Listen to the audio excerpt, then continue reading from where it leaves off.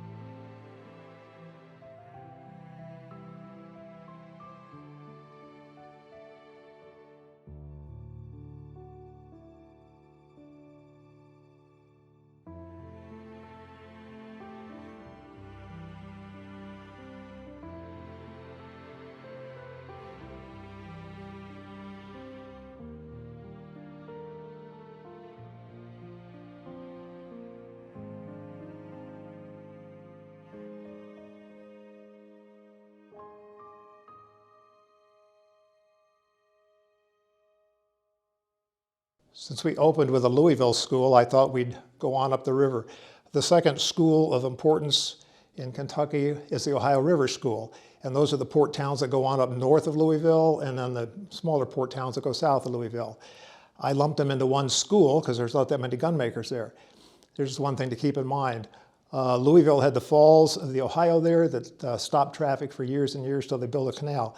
So all the port towns above the river were settled earlier and the guns are fancier. This gun that we're going to look at, this is a Michael Sells rifle from Augusta, Kentucky, right on the river. Not elaborate, but just a very well-made gun. He's the best-known Kentucky gunmaker making rifles up along the river north of Louisville. He had a brother, Benjamin Sells, that also made rifles, but these are the good ones. Not real elaborate if you look at the back of it. Just a pleasing rifle, well-made. And I would say, even though this doesn't look elaborate, this is the best rifle we've ever found by him. So good quality, but not real flashy. When you get below Louisville going down the Ohio River, they were settled later. So most of the guns down there are a lot plainer. Most of them are generic half stocks. When you call a gun a good quality gun, such as the Michael Sells rifles from up in Augusta, up north of Louisville, what you're saying is they've got good quality barrels, very well made. They're filed well. The stocking is the barrels sit very well inside the stocks. None of that cheaper inletting with the round bottoms. These are all very well made, tightly put together. Fit to finish is very good on them, just not elaborate.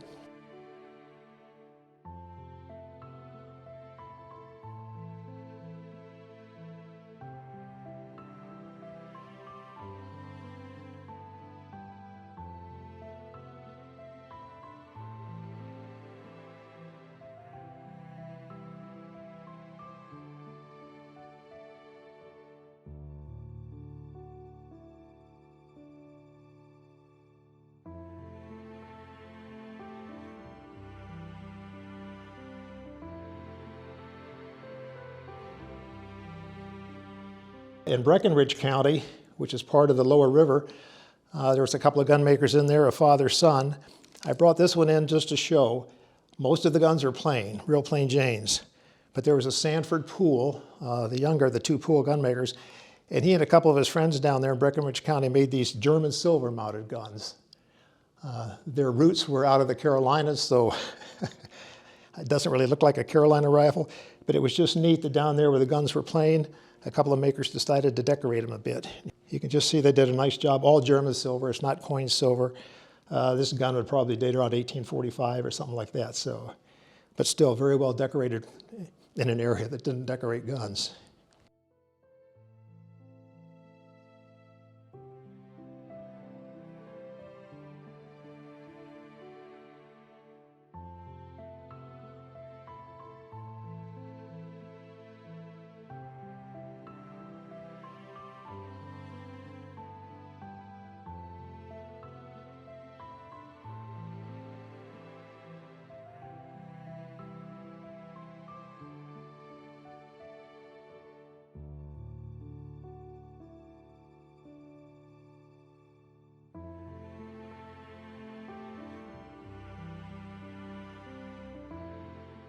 Next school I'd like to touch on, which is the best known school in Kentucky, is the Lexington School.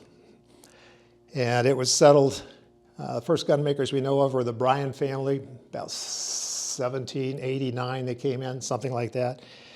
When I say the first family we know of, there was probably early Longhunter gunsmiths that made stuff or repaired stuff there before, but of documented gun shops and whatnot, the Bryans were the first. William Bryan was the father. He got killed by the Indians before he really made guns on Kentucky soil. His oldest son was a gun maker, Daniel Bryan, perhaps the best known in Kentucky. And this gun is by his son, Louis Bryan.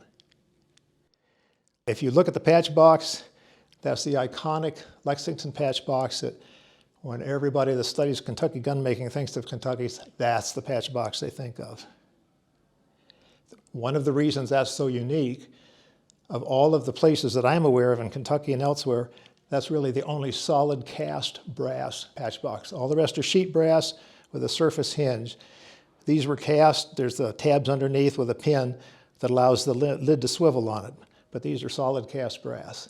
And the reason they had them there was they had brass foundries by 1795, 2 brass foundries in Lexington, so they could do that kind of work. And that's also why all these guns look the same.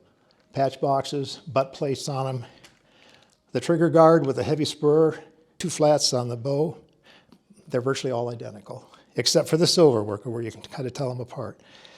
But one other thing I'd like to point out, the better Lexington guns have a silver overlay on the patch box lid, and that was for the owner's name. And this one was Charles Hazelrig, and he was a veteran documented in the War of 1812.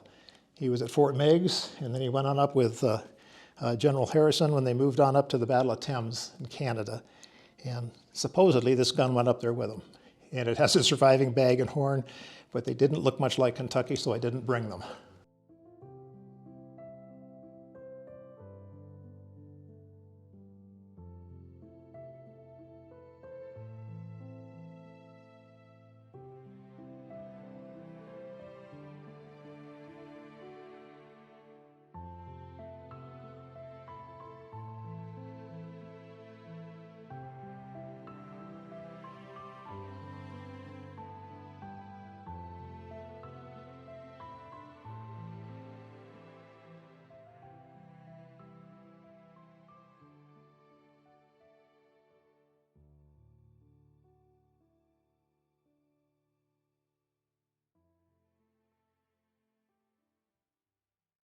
When you talk about the iconic Lexington boxes, one of the fascinating smaller schools in Kentucky that we just identified 4 or 5 years ago is the Clark County School.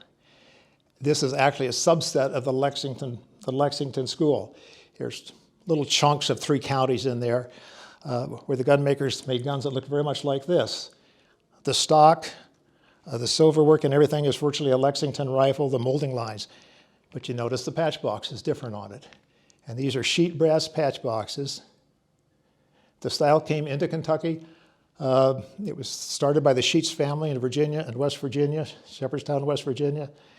And there was a member that married one of the Sheets gals that was trained by the Sheets that came into Kentucky and brought this style with him. This gun is made by Leonard Harmon in Clark County. This is one of the finest ones we know about.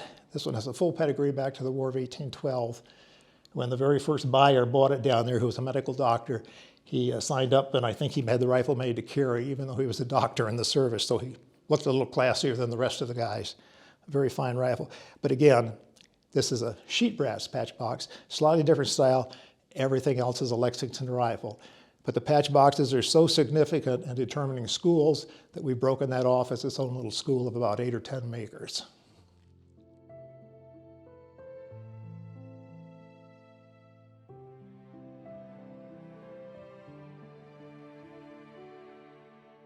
The majority of these, all of these, War of 1812, the majority of these were originally flint. When I purchase rifles for my collection, I like to leave them absolutely as original as I can get them, so I do not reconvert them.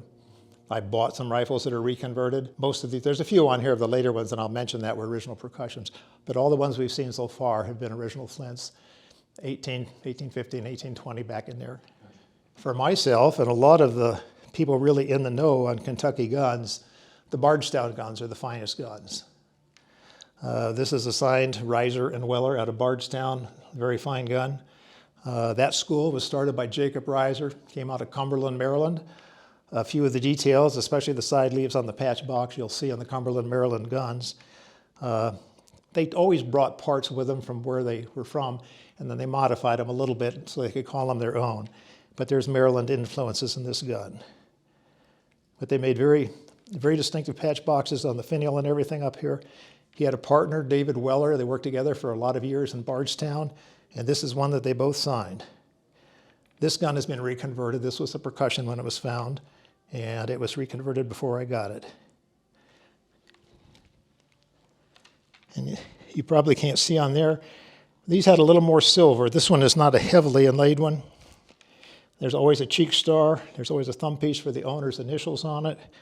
Most of their better guns have little inlays going out the forestock, but this one doesn't. But this is still a very good gun. And I would point out, if you can see it, there's a carved detail right here along the butt plate, a little chip carved. I call it a swag and tassel. Only the Bardstown guns of all the Kentucky guns will have that little carved line down there, a little swag and tassel. Just something he liked to do. I don't know where he got it, but it's on all of his guns. It helps identify him.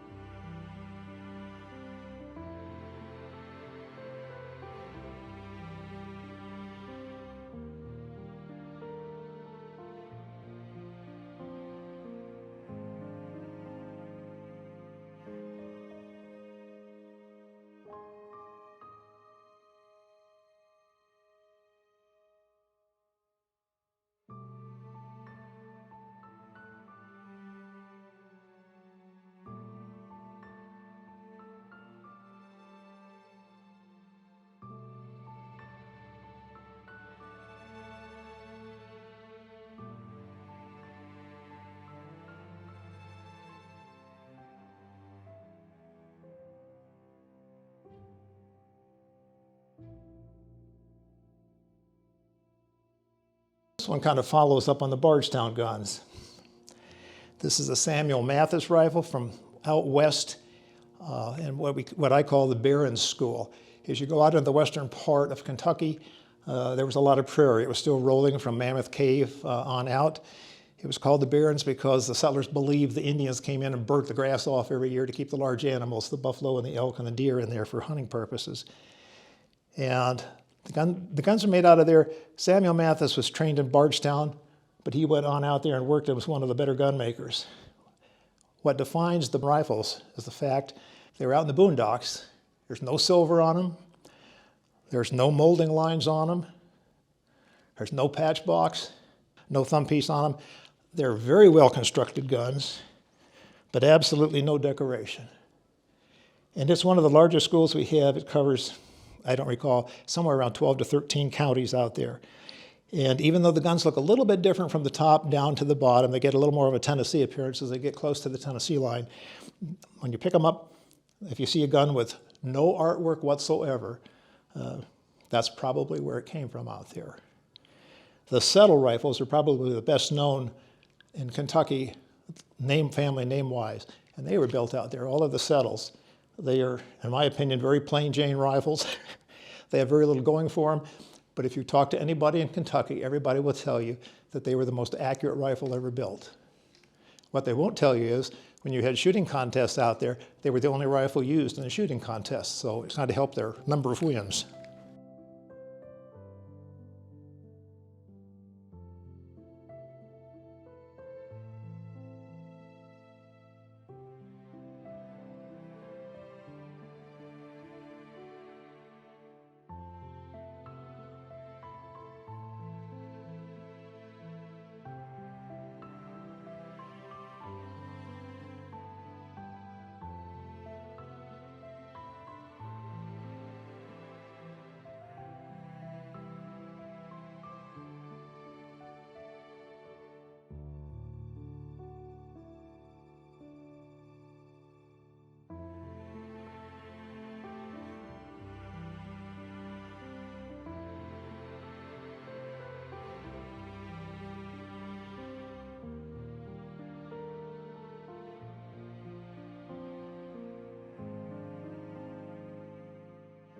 I should make a comment before we talk about this last rifle. One of the schools is also the Mills School, and it was started by Benjamin Mills, who was an exceptional target rifle builder out there in Harrodsburg, right in south central Kentucky.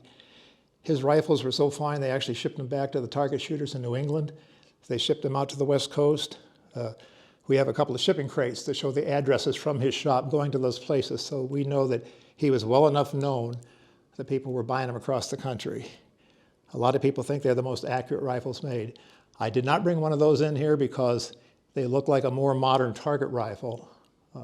Beautifully made, superb workmanship, handmade locks that feel like the best English locks when you play with them, but they don't really look like Kentucky guns. So we're going to step over the Mills School, even though he worked there for about 30 years in central Kentucky. This one will be the last school we're going to talk about, and these are the mountain rifles. People have gotten interested in them the last few years. Tennessee, western North Carolina, northern Georgia, and those areas where the Appalachians kind of tailed off is where we find the mountain rifles. I brought this one in. This one is made by John Schell in Leslie County. He's the best known mountain rifle gunsmith in Kentucky. But if you look at it, it's a very plain, clunky, almost homely looking gun. He had a forge on the hill on an overhang behind his house where he made his own barrels. I think the lock was handmade also. There was no cache down in the hill country where they could buy locks and guards and butt plates. So all iron mounted, all hand forged by himself on it, including the barrel. This one's interesting. You can't pick it up on the camera, but if you read the barrel signature, it says number 35, and it's dated 1878, and it's priced at $15, engraved on the barrel. A couple of comments. 1878, they still were making full-stock rifles in the hill country. Traditions were so strong there that they didn't change patterns. You'll still see full stocks all the way to 1900 in there. And I would comment on the $15 price that that was probably more wishing than actual down there in Kentucky. He probably traded the rifle for a hog and a chicken down there. But this just shows what they were. Walnut stocked, very plain, good shooting guns, but absolutely no decoration on them. And I'd like to also point out in the hill country down there, in the last couple of years, we've identified a small pocket, just like the Lexington guns where we identified the Clark County, some very fine guns made in a small area that were different. We've done the same thing down in hill country. There was 4 or 5 gun makers. I think it was started by John Bull, who, if you're into Tennessee guns, you hear about all the Bull rifles. Well, he was the father that started the Bull clan on those rifles. Worked at Bull's Gap in Tennessee, and in 1808, he came down into southeastern Kentucky and Knox County and built some superb rifles. And the reason he's really not, he's in the last book, but not in the others, we didn't even know about his guns until about 4 years ago when one finally showed up with a signature on it. Superb rifles. He had a son that made rifles in there, and there was a gunmaker, Pleasant Wilson, that made superb rifles in that area. So there'll probably, next time a publication comes out, be a 10th school on Kentucky gunmaking, and it will probably cover the Pleasant Wilson, John Bull, and the relatives of those guys down there. And I don't have a copy with me, but just beautiful rifles. Same thing, you take one of these, but you make it much finer and decorate it a little bit, and that'll probably be our next school of rifles down there.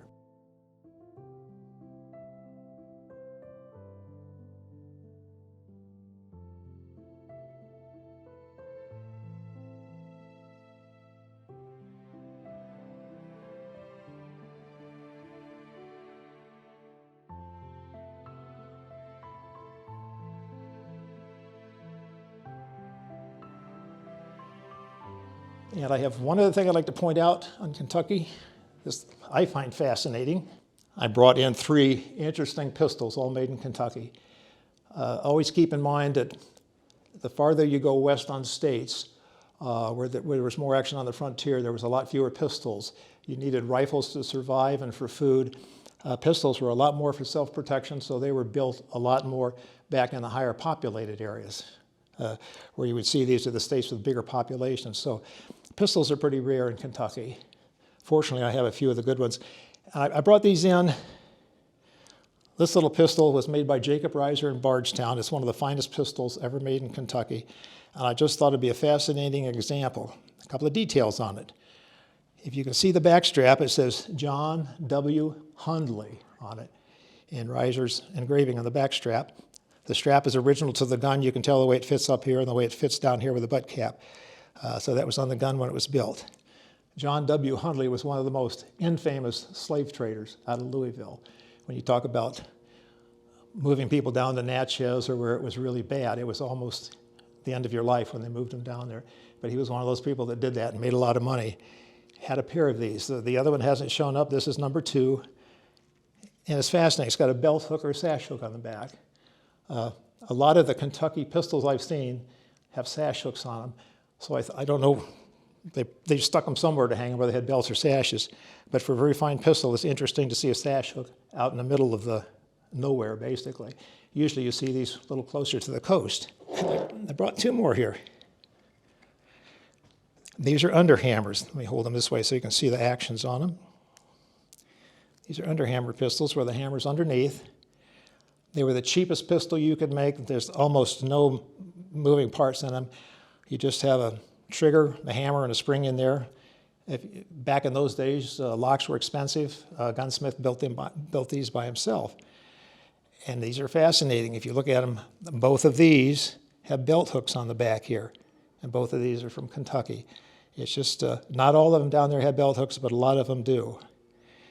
And one other quick comment on these.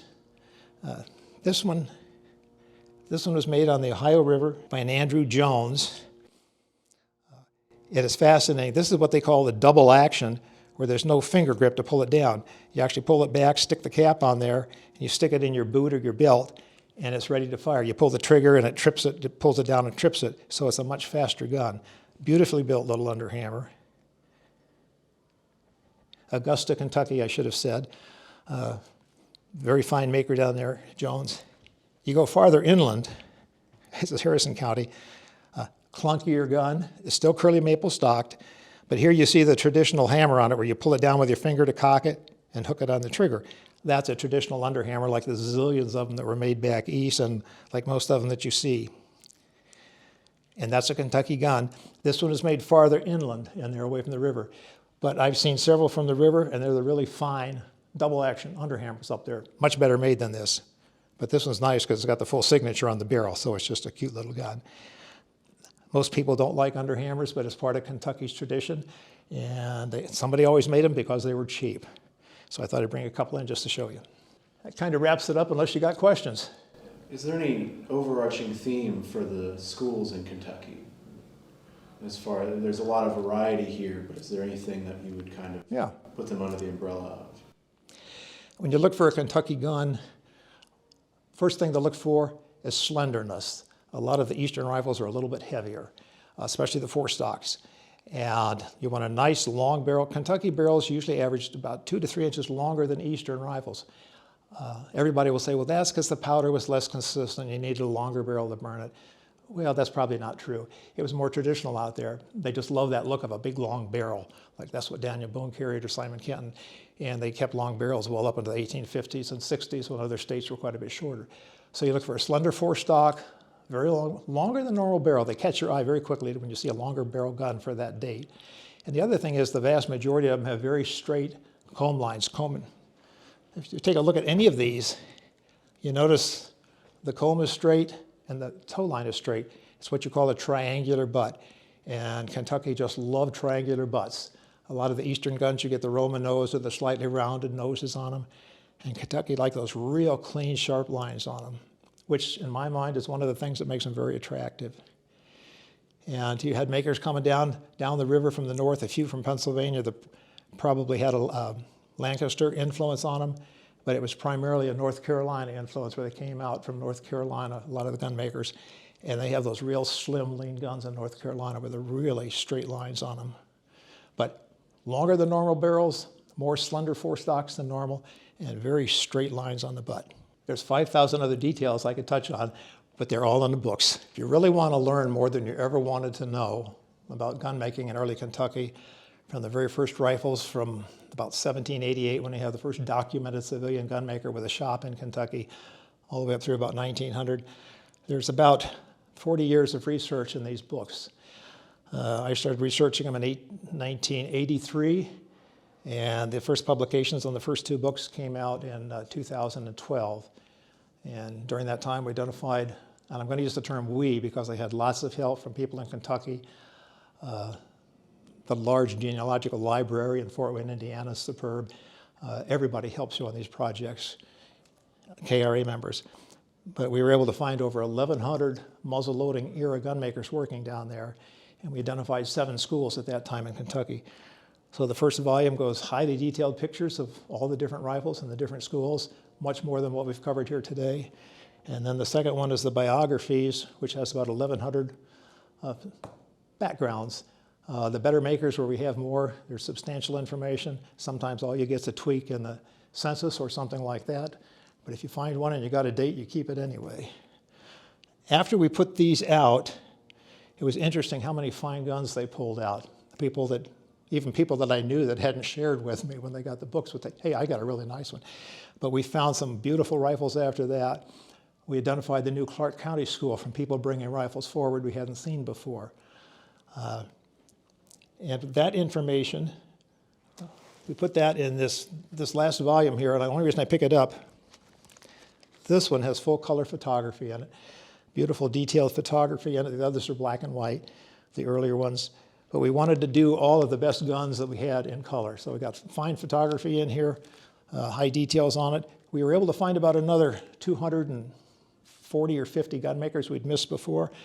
There's a lot of beautiful new rifles in here that were too exciting for me not to get into publication some way to salvage them. So that's what that does. And that cleans up some questions on some schools and some makers we weren't sure of, and little details that weren't covered in here. So the 3 of them probably cover the state of Kentucky as well as any state has ever been covered before. That's kind of my life ambition, and I still keep doing it.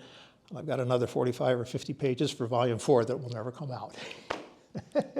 Since publishing his books, Shelby has started his own website at KentuckyGunmakers.com to serve as a major source of information on early Kentucky guns, gun makers, powder horns, and more. Shelby's website also serves as a place to purchase each of the Kentucky Gunmaker volumes discussed in this video. Having 2 of them myself, I highly recommend these books, and I'm excited to pick up the 3rd this year. We'll have links in the video description as well as at ilovemuzzleloading.com for you to check out. We should also mention that we had a president's display a couple years ago where we were allowed to bring in all the better Kentucky guns from the different schools.